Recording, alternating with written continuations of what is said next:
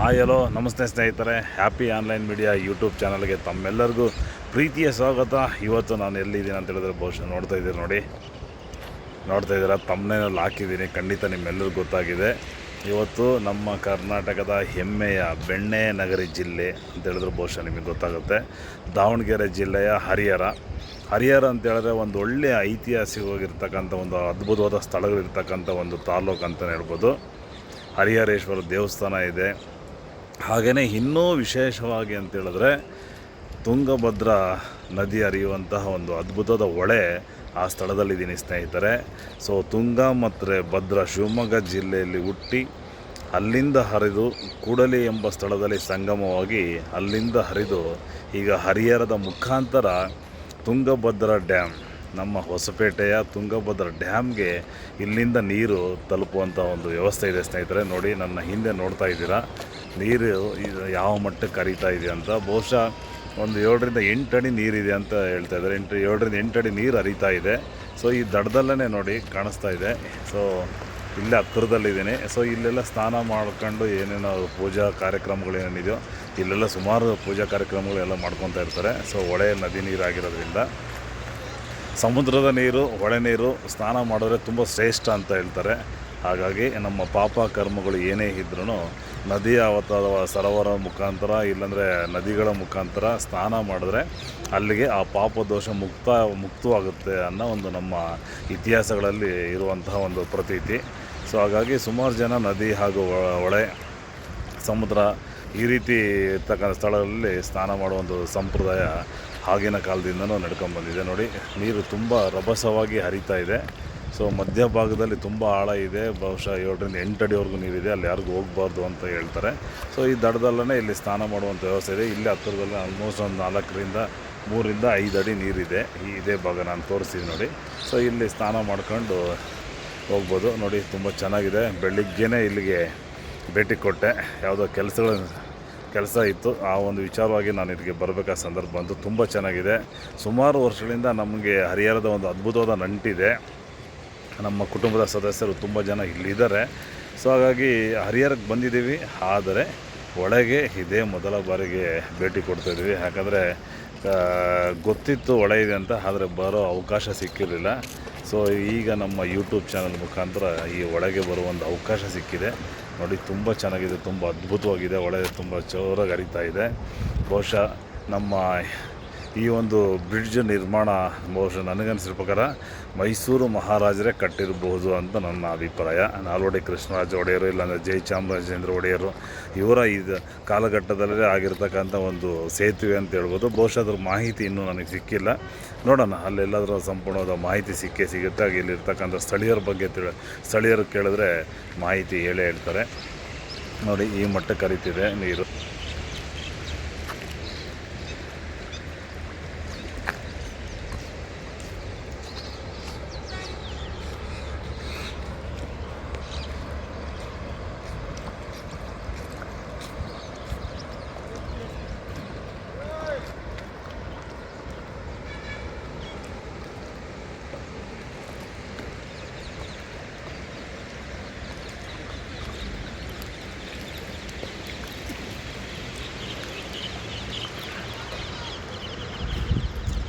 ಹಾಗೆಯೇ ಇಲ್ಲಿ ಶಿವನ ದೇವಸ್ಥಾನ ಇದೆ ನೋಡಿ. ಶಿವನ ಸ್ಟ್ಯಾಚ್ಯೂ ಇದೆ. ತುಂಬ ಅದ್ಭುತವಾಗಿದೆ, ತುಂಬ ಚೆನ್ನಾಗಿದೆ.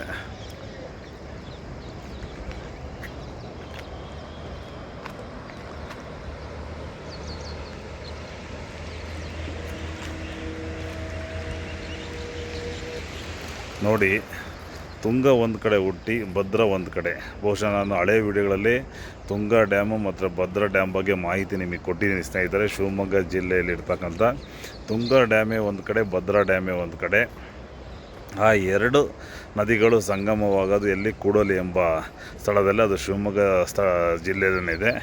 ಅಲ್ಲಿ ಸಂಗಮವಾಗಿ ಅಲ್ಲಿಂದ ಈ ನೀರು ಈ ಹರಿಹರದ ಮುಖಾಂತರ ಮತ್ತು ಈ ಹರಿಹರದ ಮುಖಾಂತರ ಅಲ್ಲಿಂದ ಕೂಡ್ಲಿಗಿ, ನಂತರ ಹೊಸಪೇಟೆ ತಲುಪುವಂಥ ವ್ಯವಸ್ಥೆ ಇದೆ. ಹೊಸಪೇಟೆಯಿಂದ ಆ ನೀರು ಆಂಧ್ರ ತಲುಪುವಂಥ ಒಂದು ಪ್ರತೀತಿ ಇದೆ. ಸೊ ಅಲ್ಲಿಂದ ಆಂಧ್ರದಿಂದ ಅಲ್ಲಿಂದ ಬೇರೆ ಒಂದು ಸ್ಥಳಕ್ಕೆ ಇಲ್ಲಿಂದ ಹರಿಯುವಂಥ ನೀರು. ನೋಡಿ, ನದಿ ಮೂಲ ಹೆಣ್ಣಿನ ಮೂಲ ಕಂಡಿಡಿಯೋಕ್ಕಾಗಲ್ಲ ಅಂತ ಹೇಳ್ತೀವಿ. ಖಂಡಿತ ಸ್ನೇಹಿತರೆ, ನದಿ ಮೂಲ, ನದಿ ಎಲ್ಲಿ ಹುಟ್ಟಿರುತ್ತೆ, ಎಲ್ಲಿ ಹರಿಯುತ್ತೆ, ಯಾವ ಜಾಗಕ್ಕೆ ಸೇರುತ್ತೆ, ಯಾವ ನದಿಗೆ ಸೇರುತ್ತೆ ಅನ್ನೋದು ತುಂಬಾ ರೋಚಕವಾಗಿರ್ತಕ್ಕಂಥ ಒಂದು ಇತಿಹಾಸ. ನಿಜವಾಗ್ಲೂ ಈ ನದಿ ನಮ್ಮ ನಾಡಿನ ಒಂದು ಪವಿತ್ರವಾದ ಸ್ಥಳ, ಪವಿತ್ರವಾದ ನದಿ ಅಂತಲೇ ಕರಿತೀವಿ. ಕಾರಣ ಇಷ್ಟೇನೆ, ಈ ನೀರು ಸುಮಾರು ರೈತ ವರ್ಗಕ್ಕೆ, ಸುಮಾರು ಜಮೀನಿಗೆ, ಸುಮಾರು ಕೃಷಿಕರಿಗೆ ತುಂಬಾ ಉಪಯೋಗವಂತಹ ಒಂದು ಅನುಕೂಲ ಆಗಿರ್ತವೆ. ಸೊ ಎಲ್ಲಿಂದ ಇಲ್ಲಿ ಶಿವಮೊಗ್ಗ, ಹರಿಹರ, ಅಲ್ಲಿಂದ ಕೂಡ್ಲಿಗಿ, ಅಲ್ಲಿಂದ ಹೊಸಪೇಟೆಯಿಂದ ರಾಯಚೂರು, ಮಂತ್ರಾಲಯ, ಅಲ್ಲಿವರೆಗೂ ಹೋಗುತ್ತೆ ಈ ನೀರು. ರಾಯಚೂರು, ಮಂತ್ರಾಲಯ ತಲುಪಿ ಮಂತ್ರಾಲಯದಿಂದ ಆಂಧ್ರದ ಭಾಗಕ್ಕೆ ನಮ್ಮ ನೀರು ಹರಿಯುತ್ತೆ ಅನ್ನೋ ಸ್ನೇಹಿತರೆ. ಹಾಗಾಗಿ ಎಲ್ಲ ಹುಟ್ಟಿರೋ ನದಿಯ ನೀರು ಎಲ್ಲೆಲ್ಲೋ ಹರಿದು ಇನ್ಯಾವುದೋ ರಾಜ್ಯಕ್ಕೆ ಹೋಗಿ ಇನ್ಯಾವುದೋ ದೇಶ ತಲುಪುವಂತಹ ಈ ನೀರಿಗೆ ಯಾವುದೇ ಜಾತಿ, ಮತ, ಕುಲ, ಅದು ಇದು ಮತ್ತೊಂದು ಮಗದೊಂದಂತ ಏನೂ ಇರಲ್ಲ. ಮನುಷ್ಯರು ಮಾತ್ರ ನಾವು ಆ ಜಾತಿ ಈ ಜಾತಿ ಅಂದ್ಕೊಂಡು ಹೊಡೆದಾಡ್ಕೊಂಡು ಕಚ್ಚಾಡ್ಕೊಂಡು ಸಾಯ್ತಾ ಇರ್ತೀವಿ. ನೀರಿಗೆ ಯಾವುದನ್ನು ಜಾತಿ ಇದೆಯಾ? ಗಾಳಿಗೆ ಜಾತಿ ಇದೆಯಾ? ಬೆಂಕಿಗೆ ಜಾತಿ ಇದೆಯಾ? ಯಾವುದಕ್ಕೂ ಜಾತಿ ಅನ್ನೋದೇ ಇಲ್ಲ. ನೀರು ಎಲ್ಲ ವರ್ಗದವ್ರು ಬಂದು ಇಲ್ಲಿ ಸ್ನಾನ ಮಾಡ್ತಾರೆ. ಇಲ್ಲ ಒಂದೇ ವರ್ಗದ ಜಾತಿ ಅಂತ ಯಾರನ್ನು ಹೇಳಿಲ್ವಲ್ಲ. ನೋಡಿ, ಟ್ರೈನ್ ಹೋಗ್ತಾ ಇದೆ ನೋಡಿ, ತೋರಿಸ್ತೀನಿ. ಕರೆಕ್ಟ್ ಟೈಮ್ಗೆ ಟ್ರೈನು ಬಂತು. ತುಂಬ ಅದ್ಭುತವಾದ ಕ್ಷಣ, ತುಂಬ ಖುಷಿಯಾಯಿತು. ಹಾಗಾಗಿ ಸ್ನೇಹಿತರೆ ನೋಡಿ, ಈ ಬೆಂಕಿಗೆ, ಗಾಳಿಗೆ, ನೀರು, ಇವಕ್ಕೆ ಯಾವುದಕ್ಕೂ ನಾವು ಜಾತಿ ಅಂತ ಫಿಕ್ಸ್ ಮಾಡಿಲ್ಲ. ಇಂಥ ವರ್ಗದ ಜನರಿಗೆ ಮಾತ್ರನೇ ಸೀಮಿತ ಅಂತ ನಾವು ಯಾರೂ ಕನ್ಸಿಡರ್ ಮಾಡಿಲ್ಲ. ಇಲ್ಲಿ ಹರಿಯುವಂಥ ನದಿಯಲ್ಲಿ ಯಾವ್ಯಾವೋ ಎಲ್ಲರ ಜಾತಿಯ ಜಮೀನುಗಳು, ಎಲ್ಲ ಜಾತಿಯ ಜಾಗದಿಂದನೇ ಹರ್ಕೊಂಬಂದಿರ್ತವೆ. ಪ್ರತಿಯೊಬ್ಬ ಜಾತಿಯ ಮನುಷ್ಯ ಈ ನೀರು ಮುಟ್ಟಿರ್ತಾನೆ, ಕುಡಿದಿರ್ತಾನೆ, ಸ್ನಾನ ಮಾಡಿರ್ತಾನೆ. ಎಲ್ಲೆಲ್ಲಿಂದ ಹರಿಯುತ್ತೋ ಯಾರಿಗೂ ಗೊತ್ತಿರಲ್ಲ. ಆದರೆ ಯಾವುದೇ ಇಂಥ ಪ್ರಕೃತಿಯಲ್ಲಿ ಸೃಷ್ಟಿಯಾಗಿರ್ತಕ್ಕಂಥ ಒಂದು ಪ್ರಕೃತಿಯ ಪರಿಸರಕ್ಕೆ, ಪ್ರಕೃತಿಯಲ್ಲಿರ್ತಕ್ಕಂಥವಕ್ಕೆ ನಾವು ಯಾವುದೂ ಜಾತಿ ಅಂತ ಫಿಕ್ಸ್ ಮಾಡಿರಲ್ಲ. ಈ ಜಾಗ ಅವ್ರದ್ದು, ಈ ಜಾಗ ನಮ್ಮದು ಅಂತ ನಾವು ಮಾಡ್ಕೊಂಬಿಟ್ಟಿರ್ತೀವಿ. ಈ ಮನೆ ನಮ್ಮದು, ಇದು ಮುಸ್ಲಿಮ್ಸ್ ಮನೆ, ಇದು ಹಿಂದೂ ಮನೆ, ಇದು ಕ್ರಿಶ್ಚಿಯನ್ಸ್ ಮನೆ, ಇದು ಮುಸ್ಲಿಮ್ಸ್ ತೋಟ, ಹಿಂದೂ ತೋಟ, ಕ್ರಿಶ್ಚಿಯನ್ರ ತೋಟ, ನಾವು ಮಾಡ್ಕೊಂಡಿರೋದು ಅದು ಅಷ್ಟೇ. ಯಾವುದೇ ಮರಕ್ಕೆ ಜಾತಿ ಇಲ್ಲ. ಬೇವಿನ ಮರ, ತೆಂಗಿನ ಮರ, ಹುಣಸೆ ಮರ ಅಂತ ಅದಕ್ಕೆ ಮಾತ್ರ ಅಷ್ಟಕ್ಕೆ ಹೆಸರು ಕರಿತೀವಿ. ಬಿಟ್ಟರೆ ಅದು ಇಂಥ ಜಾತಿಯವರೇ ಸಾಕಬೇಕು, ಇಂಥ ಜಾತಿಯವರೇ ಅಂಥ ಮರಗಳು ಬೆಳೆಸಬೇಕು ಅಂತ ಏನಾದರೂ ಇದೆಯಾ? ಆ ಕಟ್ಟುಪಾಡುಗಳು ಯಾವುದೇ ಇಲ್ವಲ್ಲ. ಕರೆಕ್ಟಾ? ಮತ್ತು ಕುರಿ, ಮೇಕೆ, ಹಸು, ಕೋಳಿ ಅವಕ್ಕೆ ಹೆಸರಿಟ್ಟು ಕರಿತೀವಿ. ಬಿಟ್ಟರೆ ಇಂಥ ಜಾತಿಯವರೇ ಸಾಕಬೇಕು, ಇಂಥ ಜಾತಿಯವರೇ ಅವನ್ನ ನೋಡ್ಕೋಬೇಕು ಅಂತ ಯಾರಾದರೂ ಕಾನೂನು ಮಾಡಿದಾರಾ? ಯಾರಿಲ್ಲ ತಾನೇ. ನಾವು ಕೋಳಿ ಫಾರಮಿಂದ ಕೋಳಿ ಸಾಕಾಣಿಕೆ ಮಾಡಬೇಕಾದಾಗ ಎಲ್ಲ ವರ್ಗದವರು ಕೆಲಸ ಮಾಡಿರ್ತಾರೆ.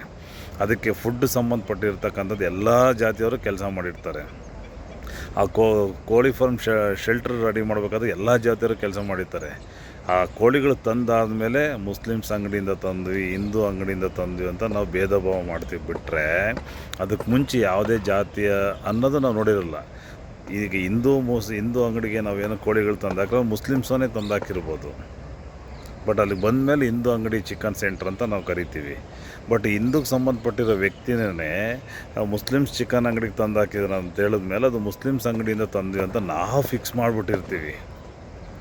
ನಾವು ಅದನ್ನು ಹಣೆ ಬರ ಪಟ್ಟಿ ಬರೆದಾಕ್ಬಿಟ್ಟಿರ್ತೀವಿ. ಅದಾಗೋದು ಬೇಡ. ನಮ್ಮ ಸಂಪ್ರದಾಯ, ನಮ್ಮ ಸಂಸ್ಕೃತಿಗಳು ಖಂಡಿತ ಬಿಟ್ಕೊಡ್ಬಾರ್ದು.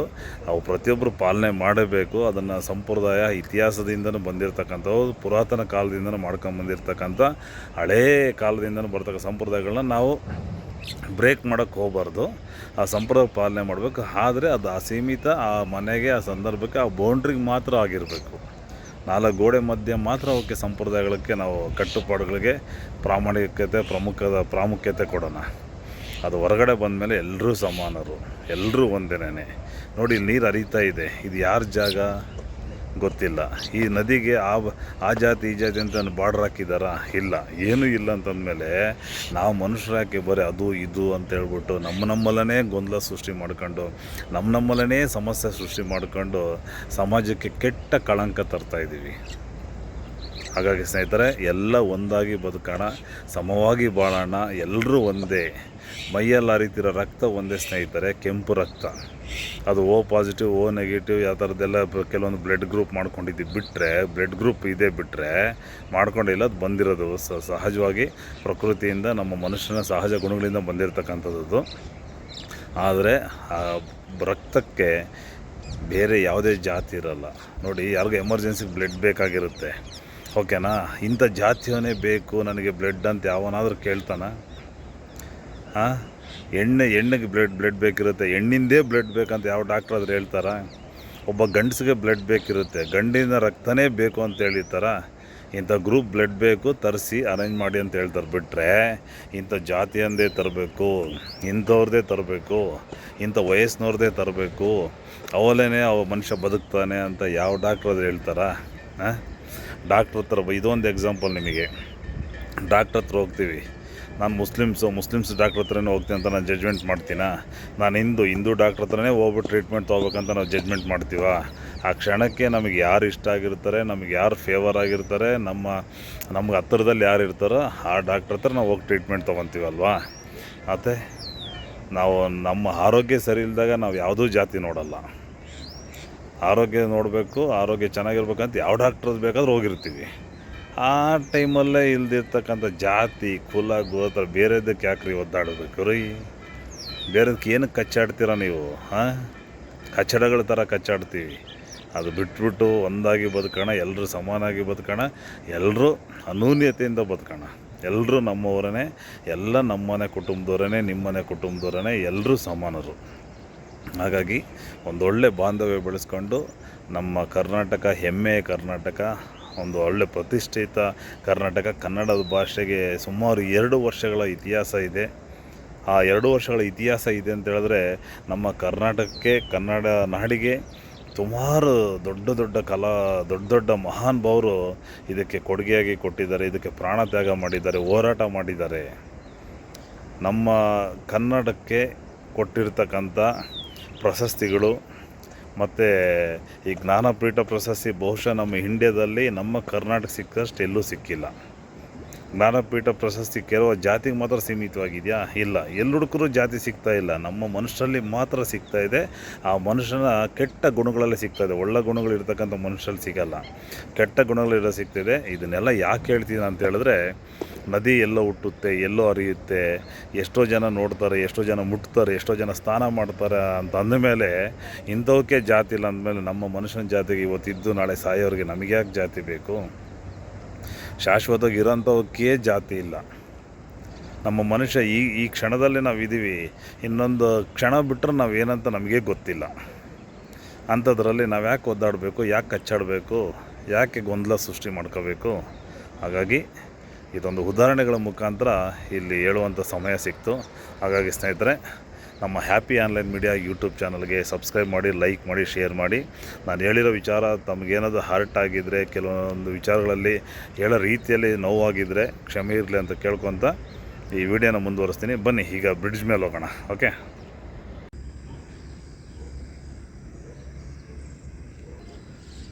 ನೋಡಿ ಸ್ನೇಹಿತರೆ, ಬ್ರಿಡ್ಜ್ ಮೇಲೆ ಹೋಗ್ತಾ ಇದ್ದೀನಿ. ಬ್ರಿಡ್ಜ್ ಮೇಲೆ ಹೋಗೋಕ್ಕಿಲ್ಲ, ಹೋಗೋ ದಾರಿ ಇದೆ ನೋಡಿ. ಇದು ಸಂಪೂರ್ಣವಾಗಿ ಗಾರೆಯಿಂದ ನಿರ್ಮಾಣ ಆಗಿರ್ತಕ್ಕಂಥ ಒಂದು ಸೇತುವೆ.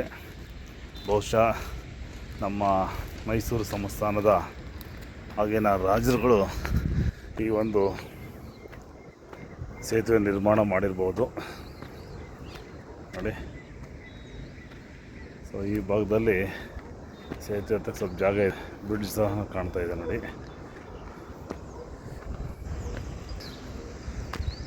ನಮ್ಮ ಮೈಸೂರು ಸಂಸ್ಥಾನದ ಮಹಾರಾಜರುಗಳಿಗೆ ಎಷ್ಟು ಹೇಳಿದ್ರು ಏನು ಹೇಳಿದ್ರು ತುಂಬಾ ಕಮ್ಮಿನೇ.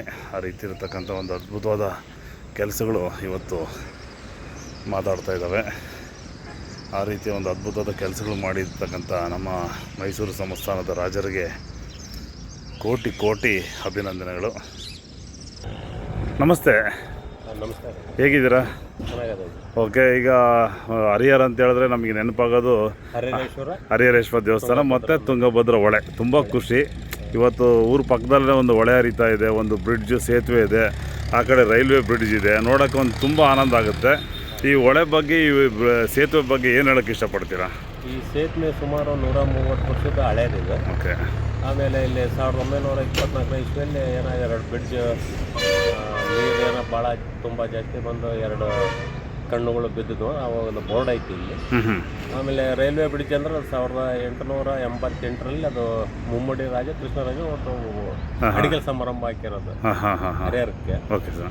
ಆಗಿನ ಕಾಲದಲ್ಲೇ ಬಾಂಬೆ ಪೂನಾ ಇದಕ್ಕೆ ಹೋಗ್ಬೇಕಾದ್ರೆ ಇಲ್ಲಿ ಕರ್ನಾಟಕದಂದ್ರೆ ಬೆಂಗಳೂರು ಟು ಬಾಂಬೆ. ಓಕೆ. ಆಗಿನ ಟೈಮ್ನಲ್ಲಿ ಇದು ರೈಲ್ ಹಳಿ ಆಗಿರೋದು. ಇಲ್ಲೆಲ್ಲ ಇಲ್ಲಿ ನಮ್ಮ ಹರಿಹರೇಶ್ವರ ಅಂದರೆ ಇಲ್ಲಿ ಹರಿಹರೇಶ್ವರ ದೇವಾಲಯ ಸುಮಾರು 800 ವರ್ಷಗಳ ಇತಿಹಾಸ ಇದೆ. ಇತಿಹಾಸ ಐತೆ ಅಲ್ಲಿ. ಇಲ್ಲೆಲ್ಲ ಪ್ರವಾಸಿಗರು ಇನ್ನೂ ಆಗ್ಬೇಕು, ಇನ್ನೂ ಜಾಸ್ತಿ ಆಗಿಲ್ಲ. ಇತ್ತೀಚಿನ ದಿನಗಳಲ್ಲಿ ಒಂದು ಇಲ್ಲಿ ಒಂದು ತುಂಗಭದ್ರಾ ನದಿ ದಡದಲ್ಲಿ ಒಂದು ಪ್ರವಾಸಿಗ ತಾಣ ಮಾಡಿದ್ದಾರೆ. ಇನ್ನೂ ಅಭಿವೃದ್ಧಿ ಆಗ್ಬೇಕು. ಇನ್ನು ಲೆಫ್ಟ್ ರೈಟ್ ಏನೋ ಆಗ್ಬೇಕು. ಹೌದು, ಸರ್ಕಾರಿ ಕಡೆ ಸ್ವಲ್ಪ ಗಮನ ಕೊಟ್ಟರೆ ಒಂದು ಒಳ್ಳೆ ಪ್ರವಾಸಿಗರ ತಾಣ ಆಗುತ್ತೆ. ರಾಘೇಂದ್ರ ಗುಡಿ ದೇವಸ್ಥಾನ ತುಂಬ ಚೆನ್ನಾಗೈತೆ. ಓಕೆ. ಆಮೇಲೆ ಇಲ್ಲಿ ಉದ್ಯಮಗಳು ಇದ್ವು. ಉದ್ಯಮ ಒಂದು ಕಿರ್ಲೋಸ್ಕರ್ ಫ್ಯಾಕ್ಟ್ರಿ ಹೋಯ್ತು. ಬಿರ್ಲಾ ಅನ್ನೋದೊಂದು ಫ್ಯಾಕ್ಟ್ರಿ ಐತೆ. ಅದು ರಾಣಿಬೆನ್ನೂರು ತಾಲೂಕು. ಇದು ಹಾವೇರಿ ತಾಲೂಕು. ಇದು ದಾವಣಗೆರೆ ಡಿಸ್ಟ್ರಿಕ್ಟ್. ಆಗುತ್ತೆ. ಇಲ್ಲೆಲ್ಲ ಒಂದು ಇನ್ನೂ ಹೆಚ್ಚಿನ ಪ್ರವಾಸಿಗ ತಾಣ ಮಾಡಬೇಕಾಗುತ್ತೆ. ಈಗ ಈ ಸೇತುವೆ ಯಾವ ಕಾಲಘಟ್ಟದಲ್ಲಿ ನಿರ್ಮಾಣ ಆಯಿತು? ಮಹಾರಾಜರು ನಂತರ ಬ್ರಿಟಿಷ್ ಕಾಲ. ಆಲ್ಮೋಸ್ಟ್ ಯಾವುದೇ ಡ್ಯಾಮ್ ಆಗಿರ್ಬೋದು, ಸೇತುವೆ ಆಗಿರ್ಬೋದು, ನಮ್ಮ ಮೈಸೂರು ಸಂಸ್ಥಾನದವರೇ ಮಾಡಿದ್ದಾರೆ.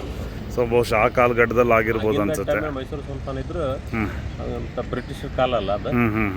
ಆಗಿನ ಟೈಮ್ನಾಗ ಆಗಿರೋದಂತಂದು ಅದನ್ನ ನಮಗೆ PWD ನಾವು ಇಲ್ಲೇ ಹತ್ರ ಇರೋದ್ರಿಂದ ಮನೆಗಳ ಹತ್ರ ಕೆಲವರು ಮಾತಾಡತಕ್ಕಂಥ ತುಂಬ ಬ್ರಿಟಿಷ್ ಕಾಲ ಕಟ್ಟಿದ್ದು. ಅವಾಗ ಇದು ನಾವು ಸಣ್ಣರಿದ್ದಾಗ ಬಿದ್ದಿತ್ತು ಇಲ್ಲಿ ಅನ್ನಾರ ನಮ್ಮ ಹಿರಿಯರು, ನಮ್ಮ ಅಜ್ಜಿಗಳು. ಇದು ನಾವು ನಾವ ಕಟ್ಟೇವಪ್ಪ ಅದನ್ನ ಅನ್ನಾರ. ನಾವು ಯಾಕಂದ್ರೆ ಈ ಬೌಂಡ್ರಿಯಾದಾಗ ನಾವು ಇರೋದು. ನೀವು ಹುಟ್ಟಿ ಬೆಳೆದಿದ್ದಲ್ಲ ಇಲ್ಲೇ? ಎಲ್ಲ ಇಲ್ಲೇ. ಹಾಗಾಗಿ ನಮಗೆ ಸ್ವಲ್ಪ ಇಲ್ಲೆಲ್ಲ PWD ಆಫೀಸ್ ಎಲ್ಲ ಇಲ್ಲೇ ಐತಿ, ಹತ್ರ ಐತ್ರಿಂದ ಮೋಸ್ಟ್ಲಿ ನಿಮ್ಮ ತಾತರ ಕಾಲಘಟ್ಟದಲ್ಲಿ ಕೆಲಸಗಳಾಗಿರ್ತವೆ. ನಾವು ಈ ಕೆಲಸ ಮಾಡ್ಯಾವಂತಂದು ಹೇಳೋರು ಹೇಳಿದ್ದು ನಾನು ನೆನಪಿದೆ. ತುಂಬ ಖುಷಿ ಆಗುತ್ತೆ ನೋಡಿ, ಪ್ರಕೃತಿ ಪರಿಸರ ತುಂಬ. ಚರಂಡಿ ಹೊಳೆದಂದ್ರೆ ಈ ಕೆಲವೊಂದು ಚರಂಡಿ ನೀರೆಲ್ಲ ಭಾಳ ಬೀಳ್ತಾ ಐತಿ. ಅದು ಕುಡಿಯೋಕೆ ಯೋಗ್ಯವಾಗಿ ಇರಂಗಿಲ್ಲ ಈ ಸೈಡ್.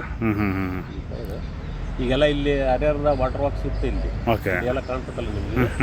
ಇದೆಲ್ಲ ಕ್ಯಾನ್ಸಲ್ ಮಾಡಿ ಸ್ವಲ್ಪ ಗಲೀಜು ಭಾಳ ಇದರಿಂದ ಒಂದು ಕೌಲೆತ್ ಅಂತ ಗ್ರಾಮ ಐತಿ. ಕೌಲೆತ್ತು, ಅಳಸ್ಪಾಳು, ಅನ್ನಗ್ರಾಮ, ದಾವಣಗೆರೆ, ಹರಿಹರ, ಚಿತ್ರದುರ್ಗ, ಕೆಲವೊಂದು ಆ ಕಡೆ ಡೌನ್ ಅಲ್ಲಿ ಜಗಳೂರು ಕಡೆ ಎಲ್ಲ ನೀರು ಐತೆ, ಕೆರೆ ನೀರು. ಈ ನೀರು ಎಲ್ಲಿಂದ ಎಲ್ಲಿಗೆ ಹರಿಯುತ್ತೆ ನೀರು?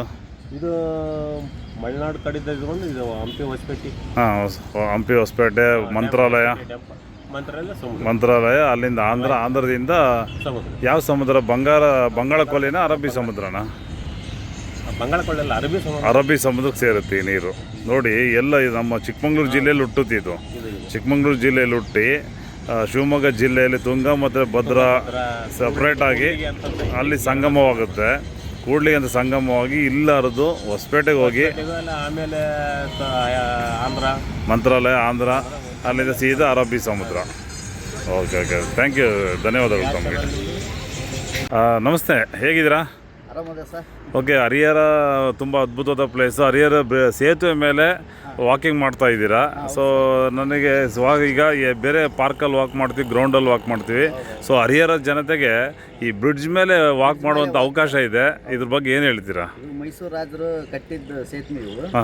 ಮೈಸೂರಿಗೆ ಸಂಬಂಧಪಟ್ಟಿರೋದು. ಹಂಗಾಗಿ ನಾವು ಇಲ್ಲಿ ಡೈಲಿ 5 ಗಂಟೆ 5:30 ವಾಕ್ ಬರ್ತೀವಿ ಸರ್. ಓಕೆ. ಇದರ ಹಿನ್ನೆಲೆ, ಇದರ ಇತಿಹಾಸ, ಯಾವಾಗ ಈ ಸೇತುವೆ ನಿರ್ಮಾಣ ಆಯಿತು ಮತ್ತು ಹೊಳೆ ಎಲ್ಲಿಂದ ಹರಿಯುತ್ತೆ ಹೇಳ್ತೀರಾ? ಹೊಳೆ ಯಾವ್ದಣ್ಣ? ಗಾಜನೂರು ಡ್ಯಾಮು, ಆಮೇಲೆ Shivamogga district. Okay. Bhadravati Tungabhadra dam, ಅಲ್ಲಿಂದ ನೀರು ಬರ್ತದೆ. ಓಕೆ. ಎಲ್ಲಿಗೆ ಹರಿಯುತ್ತೆ ಇದು?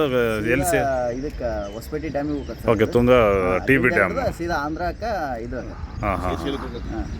ಎಲ್ಲಿಗೆ ಸೇರುತ್ತೆ ಸರ್? ಯಾವಾಗ? ಶ್ರೀಶೈಲ ಡ್ಯಾಮ್, ಆಂಧ್ರದಲ್ಲಿ ಇರ್ತಕ್ಕಂಥ ಶ್ರೀಶೈಲ ಡ್ಯಾಮ್ ಅಲ್ಲಿ ಸೇರುತ್ತಾ? ಶೃಂಗೇರಿ ಹತ್ರ ಕಿಗ್ಗ ಅಂತ ಬರುತ್ತೆ. Ready sir. ಅಲ್ಲಿಂದ ಹುಟ್ಟುತ್ತದೆ. ಹಾಂ ಹಾಂ ಹಾಂ ಹಾಂ. ಅಲ್ಲಿಂದ ಹುಟ್ಟಿ ಹೊಸಪೇಟೆ, ಹಡಗಲಿ, ಹೊಸಪೇಟೆ, ಓಕೆ. ಆಮೇಲೆ ಆಂಧ್ರ ಕುಕ್ಕತ್ತೆ. ಆಮೇಲೆ ಇದು ರಾಯಚೂರು ಮೇಲೆ ಹಸಿ ಮಂತ್ರಾಲಯ ಮಂತ್ರಾಲಯ ಮೇಲೆ ಹಸಿ ಇದಕ್ಕೆ ಹೋಗೋದು. ಎಲ್ಲಿ ಕರ್ನೂಲ್ ದಾಟಿ ಮೇಲೆ ಆಂಧ್ರದಲ್ಲಿ ಕರ್ನೂಲ್ ದಾಟಿ ಮೇಲೆ ಓಕೆ ಸರ್. ಕೃಷ್ಣಾ ನದಿ ಹೋಗಿ ಕುಡ್ಕೊಂತಿದ್ದು. ಕೃಷ್ಣಾ ನದಿ ಜೊತೆ ಸಂಗಮ ಆಗುತ್ತೆ. ಹಾಂ ಹಾಂ ಹಾಂ. ಮಿಲನ ಆಗಿ ಕುಡ್ಕೊಂಡು ಶ್ರೀಶೈಲ ಕುಕ್ಕತಿ. ಶ್ರೀಶೈಲ ಡ್ಯಾಮ್ ಸೇರುತ್ತೆ. ಶ್ರೀಶೈಲ ಡ್ಯಾಮ್ ಸೇರುತ್ತೆ. ಹಾಂ ಹಾಂ. ಶ್ರೀಶೈಲ ಡ್ಯಾಮ್ ಸೇರಿ ಮೇಲೆ ಅಲ್ಲಿಂದ ಅವ್ರ ಗೇಟ್ ಐತಿಂದಪ್ಪ ಅಂದ್ರೆ ಆ ನೀರು ಇದಕ್ಕೆ ಹೋಗತ್ತೆ, ನಾಗಾರ್ಜುನ ಸಾಗರ್ಗೆ ಹೋಗತ್ತೆ. ಓ, ನಾಗಾರ್ಜುನ ಸಾಗರ್. Okay, super. ಅಲ್ಲೇ ವಿಜಯವಾಡದ ರೈಟ್. ನಾಗಾರ್ಜುನ ಸಾಗರ್ ಸೇರುತ್ತೆ. ನಾಗಾರ್ಜುನ ಸಾಗರನಲ್ಲಿ ತುಂಬಿತಂದ್ರೆ ಅಲ್ಲಿ ಸಮುದ್ರ ಸೇರುತ್ತೆ. ಅಲ್ಲಿಂದ ಯಾವ ಸಮುದ್ರ ಸೇರುತ್ತೆ? ಅಲ್ಲಿಂದ ಬಂಗಾಳ ಕೊಲ್ಲಿನೇ ಬರ್ತದೆ ನೋಡ್ರಿ. ಅರಬ್ಬಿ ಸಮುದ್ರ. ಅರಬ್ಬಿ ಸಮುದ್ರ ಬರೋಲ್ಲ, ಬಂಗಾಳ ಕೊಲ್ಲಿ ಬರ್ತದೆ ನೋಡ್ರಿ. ಹೌದಾ? ಹಾಂ ಹಾಂ ಹಾಂ. ಬಟ್ ಅಲ್ಲಿಂದ ಶ್ರೀಶೈಲ ಡ್ಯಾಮ್ ಇಂದ ನಾಗಾರ್ಜುನ ಡ್ಯಾಮ್ ಹೋಗುತ್ತೆ. ಅಲ್ಲಿಂದ ಸಮುದ್ರ. ನಾಗಾರ್ಜುನ ಡ್ಯಾಮ್ ಇಂದ ಬಿಟ್ಟು ನೀರು ಇದಕ್ಕೆ ಹೋಗುತ್ತೆ ಅದು. ಓಕೆ. ಈ ಒಂದು ಸೇತುವೆ ಯಾವಾಗ ನಿರ್ಮಾಣ ಆಗಿದ್ದು? ಯಾರ ಕಾಲಘಟ್ಟದಲ್ಲಿ? ಇದು ಬ್ರಿಟಿಷರ ಕಾಲದಾಗ ಆಗಿದ್ರಿ ಇದು. ಅಲ್ಲ, ಬ್ರಿಟಿಷ್ನವ್ರು ಮಾಡಿದ್ದೆ ಇಲ್ಲ ನಮ್ಮ ಮೈಸೂರು ಮಹಾರಾಜರು? ಬ್ರಿಟಿಷರ ಕಾಲದಾಗ ಆಗಿದ್ದು. ಅವ್ರ ಕಾಲದಲ್ಲಿ ಆಗಿರೋದ? ನಮ್ಮ ಮೈಸೂರು ಸಂಸ್ಥಾನದ ಆಗಿದ್ದ ಕಾಲದಲ್ಲೇನಲ್ಲ. ಜೈಂಟ್ ಇರ್ಬೇಕನ್ನ ಕಾಣಿಸ್ತದೆ ನಮಗೆ. ಹೌದಾ? ಅವರಿಂದನೇ ಇವ್ರದ್ದು ಮಾಡಿರೋದು. ಹಾಂ ಹಾಂ ಹಾಂ ಹಾಂ. ಅವರಿಂದನೇ ಇವ್ರು ಬ್ರಿಟಿಷರು ಮಾಡಿರೋದು. ಹಾಂ ಹಾಂ ಹಾಂ. ಬ್ರಿಟಿಷ್ನವ್ರು ಮಾಡಿರೋದು. ಬಟ್ ಮೈಸೂರು ಸಂಸ್ಥಾನದಲ್ಲಿದ್ದಂಥ ಕಾಲದಲ್ಲೂ ಆಗಿದ್ದು. ಹಾಂ ಹಾಂ ಹಾಂ ಹಾಂ. ಹೇಗಿತ್ತೆ ಅಂದ್ರೆ ಹಾಂ ಹಾಂ. ಈ ಕಡೆಗೆ ಮೈಸೂರು ಸಂಸ್ಥಾನ. Okay okay. ಹೊಳಿ ದಾಟಿದ್ರೆ ಹಾಂ, ಅದು ಬ್ರಿಟಿಷರ್ ಬಾಂಬೆ. ಹೌದಾ? ಹಾಂ ಹಾಂ ಹಾಂ. ಅದು ಬಾಂಬೆ ಕರ್ನಾಟಕ. ಹಾಂ ಹಾಂ ಹಾಂ ಹಾಂ. ಮೈಸೂರು ಕರ್ನಾಟಕ. Okay sir. ನದಿನೇ ಬಾರ್ಡ್ರು. ಹಾಂ ಹಾಂ ಹಾಂ. ಸೊ ಇಬ್ಬರು ಒಂದಾಗಿ ಸೇತುವೆ ನಿರ್ಮಾಣ ಮಾಡಿರ್ತಾರೆ ಅನ್ಸುತ್ತೆ. ಮಾಡಿರ್ಬೋದು. ಇಷ್ಟ ಕಟ್ಟಿರೋದು ಗೊತ್ತಷ್ಟ ನಮಗೆ. ಕಾವೇರಿ ಅಂತ ಕರೀತಾರೆ, ಆದರೂ ತಪ್ಪಲ್ಲ. ಅದು ಮೊದಲಿಂದನೂ ಕರ್ಕೊಂತ ಬರ್ತಾ ಇದ್ದಾರೆ. ಹಾಗಾಗಿ ಅದು ವಾಡಿಕೆ ಆಗಿಬಿಟ್ಟೈತೆ ಅದು. ಆದರೆ ನಮ್ಮ ಕರ್ನಾಟಕದಲ್ಲಿ ನಿಜವಾದ ಕನ್ನಡಿಗರಿಗೆ ಉಪಯೋಗ ಆಗೋಂಥ, ಕನ್ನಡಿಗರು ಬಳಸೋಂಥ ನೀರು, ಇವತ್ತು ಕನ್ನಡಿಗರು ಜೀವನ ಮಾಡೋಂಥ ನದಿ ಅಂದರೆ ನಮ್ಮ ಹರಿಹರ ತುಂಗಭದ್ರಾ ನದಿ. ಇವತ್ತು ಈ ತುದಿಯಿಂದ ಈ ಕರ್ನಾಟಕದ ಈ ಕೇರಳ ಬಾರ್ಡ್ರಿಂದ ಹಿಡಿದು ಆಂಧ್ರ ಬಾರ್ಡ್ರ್ವರೆಗೂ ಇವತ್ತು ಉದ್ದವಾಗಿ ಅತಿ ಹೆಚ್ಚು ಉದ್ದವಾಗಿ ಹರಿಯುವಂಥ ನದಿ ಅಂದರೆ ತುಂಗಭದ್ರಾ. ನಮ್ಮ ಕನ್ನಡಿಗರು ಅತಿ ಹೆಚ್ಚು ಇವತ್ತು ಉಪಯೋಗಿಸುವಂಥ ನೀರು ಅಂದರೆ ತುಂಗಭದ್ರಾ. ಇವತ್ತು ನಾವು ಕನ್ನಡಿಗರು ನಾವು ಅತಿ ಹೆಚ್ಚು ಬದುಕ್ತಿರೋದೇ ತುಂಗಭದ್ರಾ ನದಿಯಿಂದನೇ. ಚಿಕ್ಕಮಂಗ್ಳೂರಲ್ಲಿ ಹುಟ್ಟಿ ಶಿವಮೊಗ್ಗದಿಂದ ಹರಿಹರ, ಹೊಸಪೇಟೆ, ಅಲ್ಲಿಂದ ಜಿಲ್ಲೆಗಳಲ್ಲಿ 14 ಜಿಲ್ಲೆಗಳಲ್ಲಿ ಇವತ್ತು 15 ಜಿಲ್ಲೆಗಳಂದ್ರೂ ಇವತ್ತು ತಪ್ಪಲ್ಲ. ಇವತ್ತು ಈ ನದಿನೇ ಅವಲಂಬಿತವಾಗಿ ಇವತ್ತು ಜನ ಬದುಕ್ತಾ ಇದ್ದಾರೆ. ಕೃಷಿಗೆ, ಕುಡಿಯಲಿಕ್ಕೆ, ಕೈಗಾರಿಕೆಗೆ, ಎಲ್ಲದಕ್ಕೂ ಇವತ್ತು ಉಪಯೋಗ ಆಗೋಂಥ ನದಿ ಅಂದರೆ ನಮ್ಮ ತುಂಗಭದ್ರಾ. ಕನ್ನಡಿಗರಿಗೆ ಅತಿ ಹೆಚ್ಚು ಉಪಯೋಗ ಆಗೋ ನದಿ ಅಂದರೆ ಕನ್ನಡಿಗರಿಗೆ, ಇವತ್ತು ಕನ್ನಡ ನಾಡಿ ಕನ್ನಡಿಗರಿಗೆ ಉಪಯೋಗ ಹೆಚ್ಚಿಗೆ ಆಗ್ತಾ ಇರೋ ನದಿ ಅಂದರೆ ತುಂಗಭದ್ರಾನೇ ಇವತ್ತು. ಅಲ್ಲ, 15 ಜಿಲ್ಲೆಗೆ ಈ ನೀರು ಬಳಕೆ ಆಗ್ತಿದೆ ಅಂತ ಹೇಳಿದ್ರೆ ಇಡೀ ಅರ್ಧ ಕರ್ನಾಟಕನೇ ಇದರಿಂದ ಅವಲಂಬಿಸಿದೆ. ನಡೆಯೋದ ನಮ್ಮ ಹರಿಹರ ಹೊಳೆ ನೀರಿಂದ, ಇಲ್ಲಿಂದನೇ. ಅಲ್ಲ, ಸುಮಾರು ಈಗ ನೋಡಿ, ಆಲ್ಮೋಸ್ಟ್ ಈಗ ನಮ್ಮ ಕರ್ನಾಟಕದಲ್ಲಿ 32 ಜಿಲ್ಲೆ ಲೆಕ್ಕದಲ್ಲಿದ್ದಾವೆ. ಈಗ ಇದರಲ್ಲಿ 15 ಜಿಲ್ಲೆ ಕಂಪ್ಲೀಟ್ ಆಗಿ ನಮ್ಮ ತುಂಗಭದ್ರಾ ನೀರಿಂದನೇ ಅವಲಂಬಿತವಾಗಿದೆ ಅಂತ ಹೇಳಿದ್ರೆ ನಮ್ಮ ಕರ್ನಾಟಕದ ಒಂದ್ ರೀತಿ ಜೀವನದಿ ಅಂತ ನಾವು ತುಂಗಭದ್ರಾ ಅಂತಾನೆ ಕರಿಬೇಕಾಗುತ್ತೆ. ಹೋಗ್ತಾ ಆಲ್ಮೋಸ್ಟ್ ತುಮಕೂರು ಡಿಸ್ಟಿಕ್ ಇದೆ ನೀರೇನೆ. ಇವತ್ತು ಬಳ್ಳಾರಿಯಲ್ಲಿ ಸ್ಟೀಲ್ ಪ್ಲಾಂಟ್ಗಳು, ಜಿಂದಾಲು, BMM, ಅನೇಕ ಸ್ಟೀಲ್ ಪ್ಲಾಂಟ್ಗಳು, ಇವತ್ತು ಕಲ್ಯಾಣಿ ಫ್ಯಾಕ್ಟರಿಗಳು, ಪ್ರತಿಯೊಂದು ಇವತ್ತು ಬಳ್ಳಾರಿ ಜಿಲ್ಲೆಯಲ್ಲಿ, ವಿಜಯನಗರ ಜಿಲ್ಲೆಯಲ್ಲಿ ಇವತ್ತು ಕೈಗಾರಿಕೆ ಇವತ್ತು ನಡೀತಾ ಇರೋದು ಅಂದ್ರೆ ಅದು ತುಂಗಭದ್ರಾ ನೀರಿನಿಂದನೇ. ಖಂಡಿತ ತುಂಬಾನೇ ಉಪಯೋಗ ಆಗ್ತದೆ ನೀರಿಂದ. ಬರೀ ಕೇವಲ ಒಂದು ಜಿಲ್ಲೆಗೆ ಮಾತ್ರ ಸೀಮಿತ ಅಲ್ಲ, ಇಡೀ ಅರ್ಧ ಕರ್ನಾಟಕನೇ, ಅರ್ಧ ಕರ್ನಾಟಕ ರಾಜ್ಯನೇ ತುಂಗಭದ್ರಾ ನದಿಯಿಂದ ಜೀವನ ಮಾಡುವಂತ ಅವಕಾಶ ಸಿಕ್ಕಿದೆ. ತುಂಬಾನೇ ಹೆಮ್ಮೆ ಆಗ್ತಾ ಇದೆ ಹೇಳ್ಬೇಕಂದ್ರೆ. ಜೀವ ನದಿ ಅಂದ್ರೆ ನಮ್ಮ ದೃಷ್ಟಿಯಲ್ಲಿ ತುಂಗಭದ್ರಾನೇ ನದಿನೇ. ಖಂಡಿತ ಕೇವಲ ಒಂದೆರಡು ಡಿಸ್ಟ್ರಿಕ್ಟ್ ನಾವು ಕನ್ಸಿಡರ್ ಮಾಡೋಕ್ಕಾಗಲ್ಲ. ಬಟ್ ಅವತ್ತು ಆಗಿನ ಕಾಲದಲ್ಲಿ ಅದು ವಾಡಿಕೆ ಆಗಿ ಬಂದ್ಬಿಟ್ಟಿದೆ. ಇವತ್ತು ಕನ್ನಡ ನಾಡಿನ ಜೀವ ನದಿ ಅಂತ ಫಿಕ್ಸ್ ಮಾಡಿಬಿಟ್ಟಿದ್ದಾರೆ. ಆಗಿನ ಕಾಲದಲ್ಲಿ ಆಡಿದ್ದಾರೆ.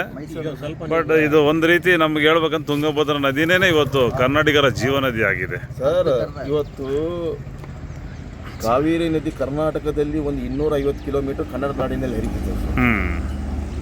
ಕನ್ನಡ ನಾಡಿನಲ್ಲಿ ಒಂದು 250 ಕಿಲೋಮೀಟರ್ ಹರಿದು ತಮಿಳ್ನಾಡು ಸೇರುತ್ತೆ. ನಿಜ. ಇವತ್ತು 500ರಿಂದ 600 ಕಿಲೋಮೀಟರ್ವರೆಗೆ ಇವತ್ತು ಕನ್ನಡ ನಾಡಿನಲ್ಲಿ ಹರಿಯ ನದಿ ಅಂದರೆ ತುಂಗಭದ್ರಾ ಒಂದೇ, ಇನ್ನು ಯಾವ ನದಿ ಇಲ್ಲ ಕರ್ನಾಟಕದಲ್ಲಿ. ನಿಜ ಸರ್, ಖಂಡಿತ ಸತ್ಯ, ಇದು ನಿಜವಾದ ಮಾತು. ಖಂಡಿತ ಕರೆಕ್ಟ್. ಅದು ಕನ್ನಡ ನಾಡಿನಲ್ಲೇ ಹರಿದು ಹೋಗ್ತದೆ ಇದು. ಅಲ್ಲ, ಎಷ್ಟು ಜಿಲ್ಲೆಗೆ ಎಷ್ಟು ಸಾವಿರಾರು ಎಕರೆ ಜಮೀನುಗಳಿಗೆ ನೀರು ಇವತ್ತು ನಮ್ಮ ತುಂಗಭದ್ರಾ ನೀರು ಆಗ್ತಾ ಇದೆ ಅಂತ ಹೇಳಿದ್ರೆ, ಅಲ್ಲ ಇಡೀ ಅರ್ಧ ಕರ್ನಾಟಕನೇ ಇದೆ. 15 ಜಿಲ್ಲೆ ಅಂದ್ರೆ ಬಂದ್ಬಿಡ್ತಲ್ಲ, ಇಡೀ ಅರ್ಧ ಕರ್ನಾಟಕ ಜನನೇ ಇವತ್ತು ತುಂಗಭದ್ರಾ ನದಿಯಿಂದ ಅವಲಂಬಿತರಾಗಿದ್ದಾರೆ. ಓಕೆ ಅಣ್ಣ, ಥ್ಯಾಂಕ್ ಯು, ತುಂಬ ಒಳ್ಳೆ ಮಾಹಿತಿ ಕೊಟ್ರಿ. ಹರಿಹರದ ತುಂಗಭದ್ರಾ ಸೇತುವೆ ಮೇಲೆ ಹೋಗ್ತೀನಿ ಸ್ನೇಹಿತರೆ. ನೋಡಿ, ಸೇತುವೆಯಿಂದ ತೋರಿಸಿದ್ರೆ ನೀರು ಹೇಗೆ ಹರಿತಾ ಇದೆ.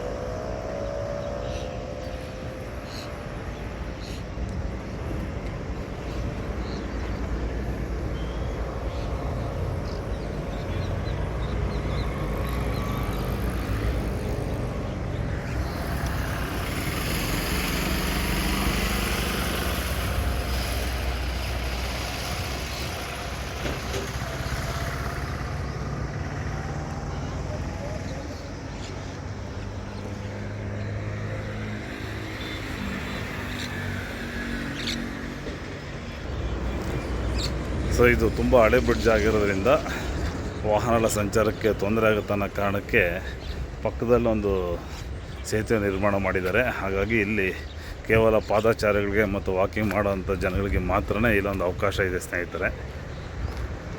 ಸೊ ಎಲ್ಲ ವಾಹನಗಳಿಗೆ ಇಲ್ಲಿ ನಿಷೇಧ ಮಾಡಿದ್ದಾರೆ. ಕಾರಣ ಸುಮಾರು 100 ವರ್ಷಗಳ ಮೇಲೇ ಇರ್ತಕ್ಕಂಥ ಒಂದು ಇತಿಹಾಸ ಇದೆ ಈ ಒಂದು ಸೇತುವೆಗೆ. ಹಾಗಾಗಿ ತೊಂದರೆ ಆಗಬಾರ್ದು, ಸಮಸ್ಯೆ ಆಗಬಾರ್ದು ಅನ್ನೋ ಕಾರಣಕ್ಕೆ ಸಂಪೂರ್ಣವಾಗಿ ವಾಹನಗಳಿಗೆ ನೋಡಿ ಈ ಸೇತುವೆಯಲ್ಲಿ ಅವಕಾಶ ಮಾಡಿಕೊಟ್ಟಿದ್ದಾರೆ.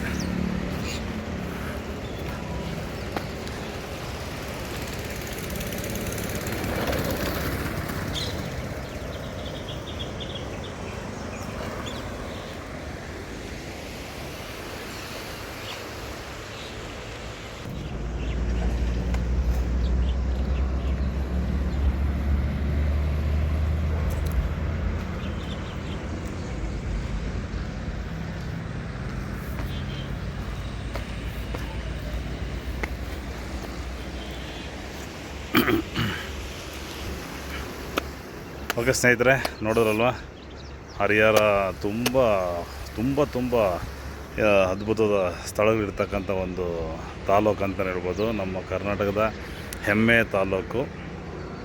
ಹರಿಹರೇಶ್ವರ ದೇವಸ್ಥಾನ ಇದೆ, ಹಾಗೆಯೇ ಹರಿಹರದ ಗ್ರಾಮ ದೇವತೆ ದೇವಸ್ಥಾನ ಇದೆ, ರಾಘವೇಂದ್ರ ಸ್ವಾಮಿ ದೇವಸ್ಥಾನ ಇದೆ, ಅಯ್ಯಪ್ಪ ಸ್ವಾಮಿ ದೇವಸ್ಥಾನ ಇದೆ, ಮತ್ತು ನಮ್ಮ ತುಂಗಭದ್ರಾ ನದಿ ಹರಿಯುವಂತಹ ಸೇತುವೆ ಇದೆ.